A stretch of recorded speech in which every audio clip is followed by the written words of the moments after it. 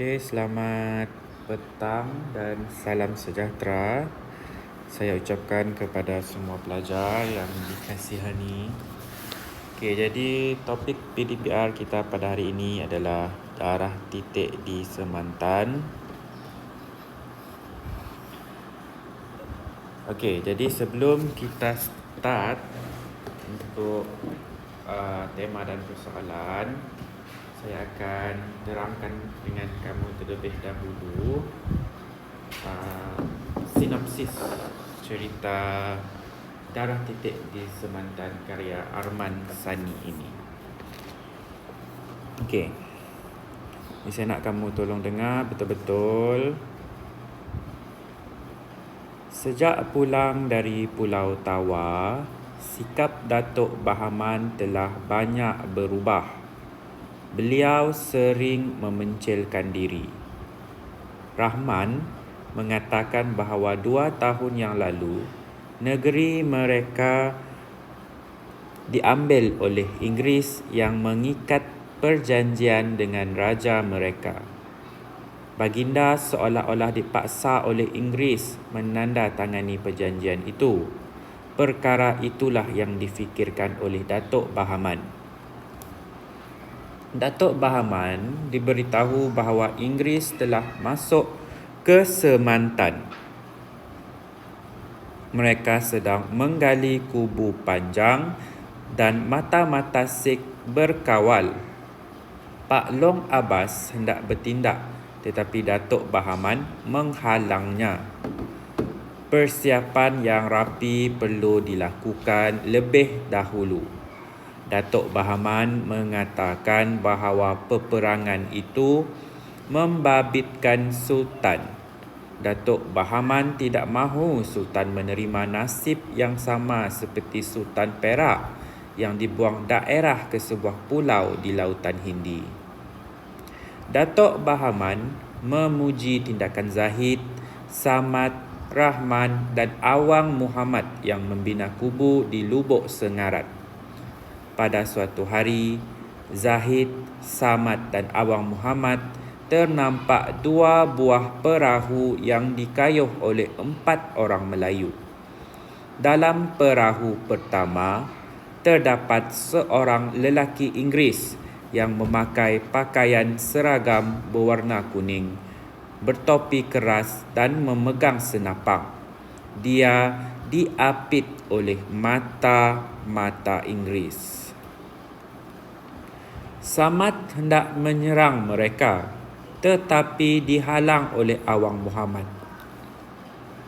Dalam peristiwa yang lain pula, 2 orang pemuda Melayu datang ke kampung itu untuk melakukan bancian. Berlakulah pergaduhan antara Zahid dan rakan-rakannya dengan 2 pemuda Melayu itu. Pergaduhan tersebut berpunca daripada tindakan 2 orang pemuda Melayu itu yang mahu menceroboh isteri Lajis. Datuk Bahaman tiba-tiba muncul lantas memberikan amaran kepada 2 orang pemuda tersebut. Datuk Bahaman mahu Inggeris sedar bahawa beliau masih berkuasa di Semantan. Pada suatu hari, Mat Kilau datang berjumpa dengan Datuk Bahaman dan membawa berita tentang mesyuarat yang berlangsung antara Clifford dengan Sultan. Cyrus telah mengadu kepada Sultan bahawa Datuk Bahaman tidak memberikan kerjasama kepadanya untuk membina rumah pasung. Owen pula mengadu bahawa Datuk Bahaman telah mengganggu orang-orangnya yang membuat bancian. Clifford pula meminta Sultan mengisytiharkan bahawa Datuk Bahaman sebagai penderhaka. Kini, Datuk Bahaman dan para pengikutnya telah bersedia untuk memerangi Inggeris. Apabila bahagian tengah perahu yang dinaiki Desborov sampai hampir ke setenteng rantai besi yang tenggelam di dalam air, Datuk Bahaman merentap rantai besi tersebut hingga tegang. Perahu Desborov terbalik Desborov dan konco-konconya tercampak ke dalam sungai. Berpuluh-puluh bambu runcing menghujani musuh di dalam air itu. Suatu mesyuarat penting diadakan di rumah Datuk Bahaman. Selesai mesyuarat, mereka mula bertindak untuk menyelamatkan mayat Ismail. Ismail telah dibunuh oleh Inggeris. Rumah pasung itu diserang dan semua mata-mata Inggeris dibunuh. Bagi menghadapi kedatangan Desborov buat kali kedua, dua pasukan telah dibentuk. Satu pasukan diketuai oleh Datuk Bahaman dan satu pasukan lagi diketuai oleh Datuk Panglima Raja. Pasukan Datuk Panglima Raja meronda di luar kawasan bandar Kuala Semantan. Datuk Panglima Raja mengarahkan Zahid dan yang lain-lainnya untuk menyediakan bahan-bahan untuk dibuat bubur. Bubur itu diisikan di dalam mangkuk dan dihidangkan di atas tikar yang terbentang di tempat lapang. Datuk Panglima Raja dan pengikut-pengikutnya bersembunyi. Tidak lama kemudian, datang 40 orang mata-mata Inggeris dengan diketuai 2 orang Inggeris. Mata-mata Inggeris itu berebut-rebut untuk makan bubur itu. Sebaliknya, 2 orang Inggeris itu hanya memerhatikan mereka. Seorang daripada orang Inggeris itu ialah Desborov. Mata-mata Inggeris itu mulai kesakitan. Seorang demi seorang terjun ke dalam sungai. Akhirnya, semua mata-mata Inggeris itu telah hanyut di bawah arus. Selepas 5 hari berlalu, dua pasukan itu bertemu semula di Lubuk Terua. Rahman dan Hasan Tahmid mendapatkan nama beratus-ratus orang kampung bagi menyertai perjuangan. Dalam 2-3 minggu keadaan di Sematan tenang. Mereka menyusun jadual latihan menembak. Datuk Bahaman mengadakan mesyuarat lagi dan meminta semua orang bersedia. Batu hampar diletakkan di bawah jagaan Datuk Panglima Raja, sementara Iman Perang Weh menjaga pasir Tok Anjang.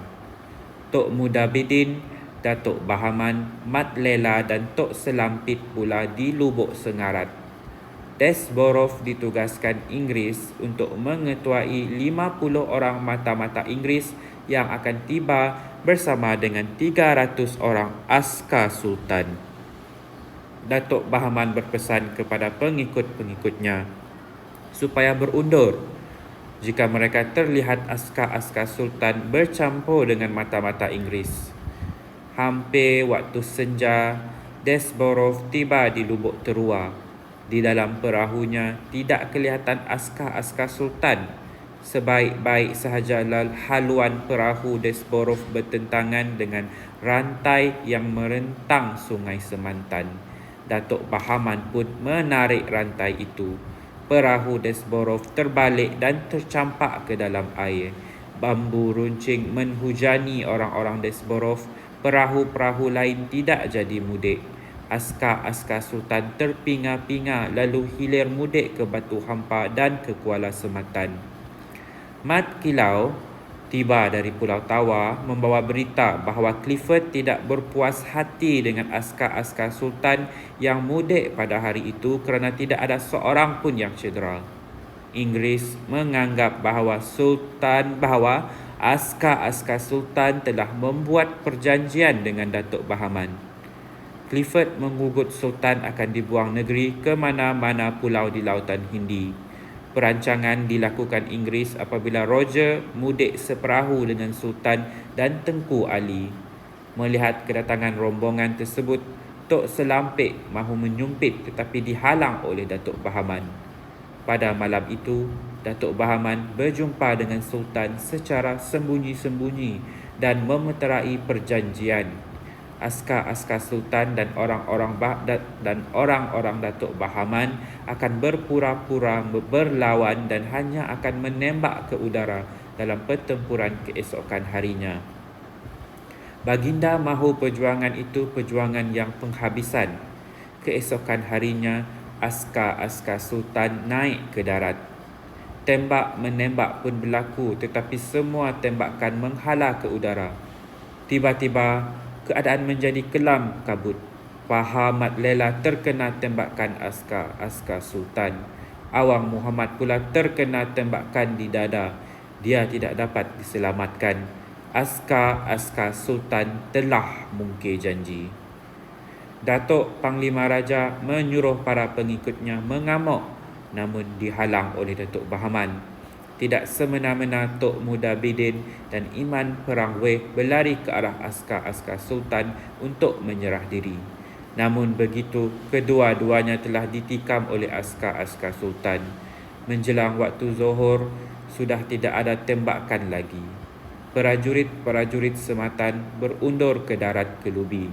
Askar-askar Sultan bersorak kemenangan atas kekalahan Datuk Bahaman dan para pengikutnya. Pada suatu petang, Mat Kilau datang ke darat Kelubi untuk menemui Datuk Bahaman. Dia membawa surat yang ditandatangani oleh Sultan Ahmad. Semua pengikut Datuk Bahaman telah diampunkan oleh Sultan kecuali Datuk Bahaman. Datuk Bahaman kecewa kerana Sultan telah mungkir janji. Namun begitu, Datuk Bahaman tetap berpegang pada janjinya. Datuk Bahaman mudik ke Sungai Tembeling dan bersatu dengan Tok Gajah dan Mat Kilau.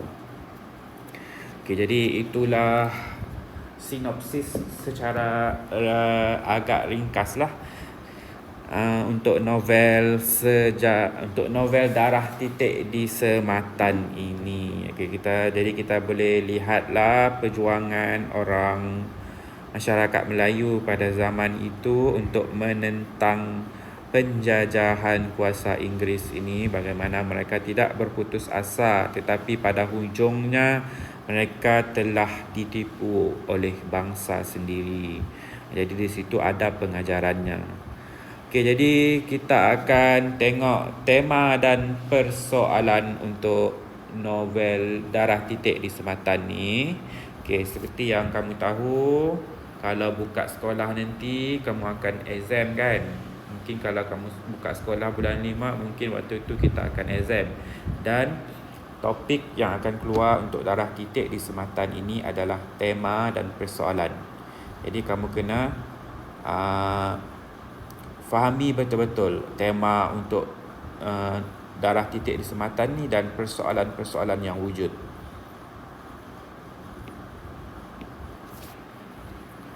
Okey. Kita faham?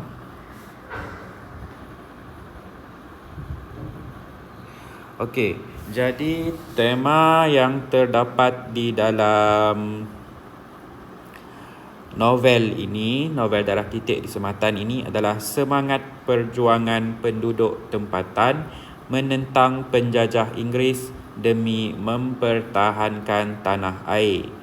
Siapa penduduk tempatan adalah penduduk di Lubuk Sengara tadi, penduduk Sematan yang diwakili oleh Datuk Bahaman.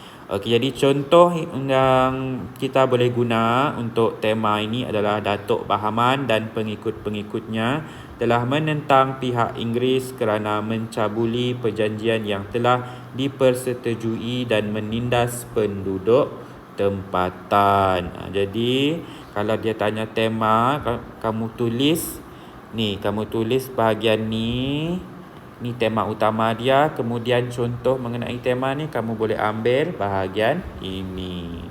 Okay, kita tengok persoalan dia pula. Okay, persoalan di sini saya senaraikan sebanyak 1, 2, 3, 4, 5. Jadi saya senaraikan 5 persoalan.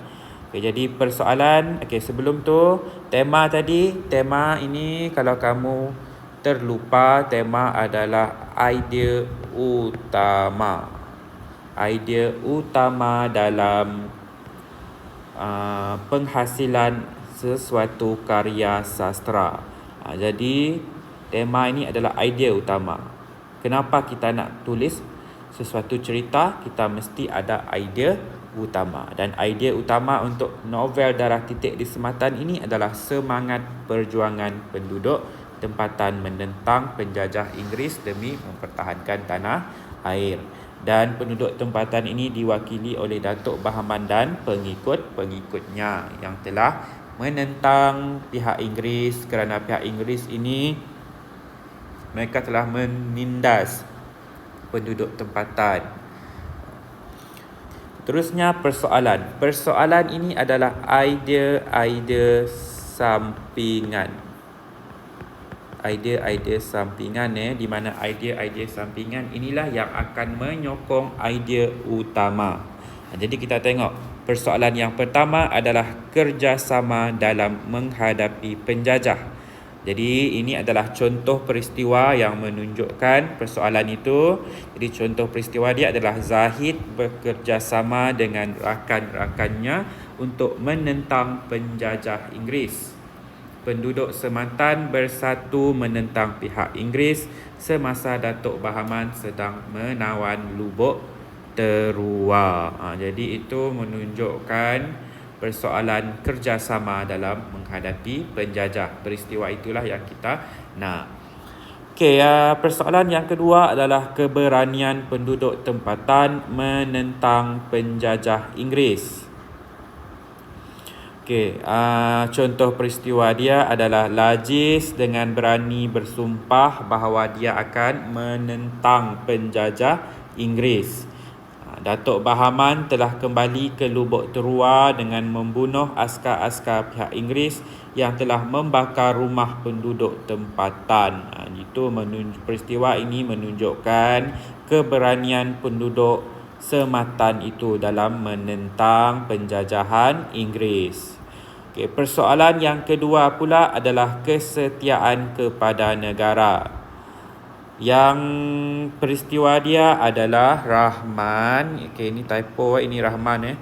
Rahman dan rakan-rakannya berlatih bermain senjata demi mempertahankan tanah air daripada penjajah. Sampai mereka sanggup berlatih menembak semata-mata untuk mempertahankan tanah air mereka daripada penjajah-penjajah Inggeris ni. Persoalan yang keempat adalah pegangan agama yang kuat dalam kalangan masyarakat, dan peristiwa yang menunjukkan persoalan ini ialah Datuk Bahaman. Datuk Bahaman ni watak utama, sentiasa berdoa kepada Tuhan supaya perjuangannya mendapat bantuan dan keberkatan. Datuk Bahaman ni dia seorang yang sangat patuh kepada agama. Dia akan berdoa kepada Tuhan supaya perjuangan mereka dalam menentang Inggeris ini, penjajah Inggeris ini akan mendapat bantuan dan keberkatan dari Tuhan. Persoalan yang seterusnya adalah kepentingan mendengar arahan ketua. Peristiwa yang menunjukkan persoalan ini adalah Tok Selampit membatalkan niatnya untuk menyumpit pihak Inggeris yang berjalan bersama Sultan dan Tengku Ali atas arahan Datuk Bahaman. Datuk Bahaman bimbang buluh runcing tersasar pada Sultan. Di sini jelas menunjukkan betapa pentingnya Tok Selampit ini mendengar arahan daripada Sultan. Di sini juga kita boleh masukkan sekali persoalan kesetiaan kepada raja dan negara. Tadi kita boleh letak juga kesetiaan kepada raja, di mana Datuk Bahaman ini dia tetap setia kepada raja ataupun pemerintah negara, walaupun pada penghujungnya dia telah ditipu oleh raja tersebut.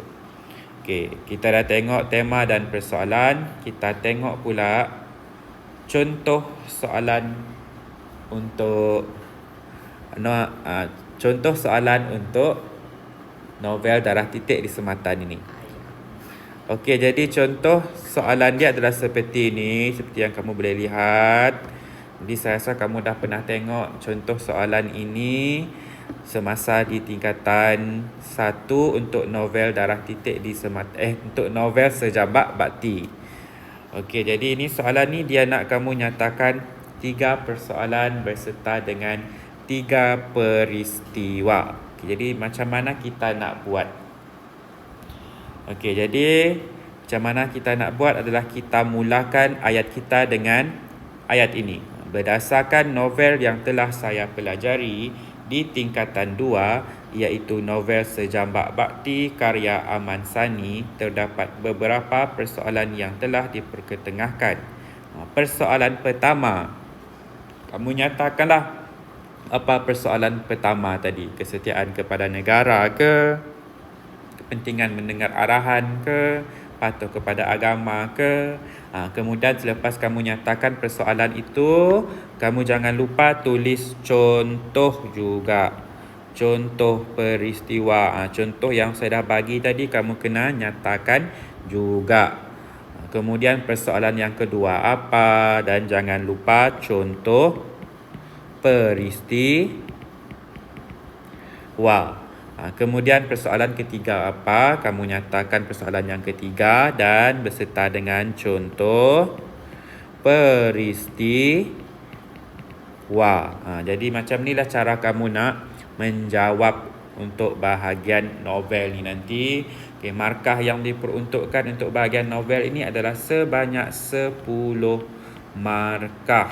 10 markah tu banyak. Jadi kamu kena ingat at least sekurang-kurangnya 3 persoalan beserta dengan contoh peristiwa dia. Dan juga soalan dia boleh juga jadi dia suruh kamu nyatakan tema kemudian 2 persoalan.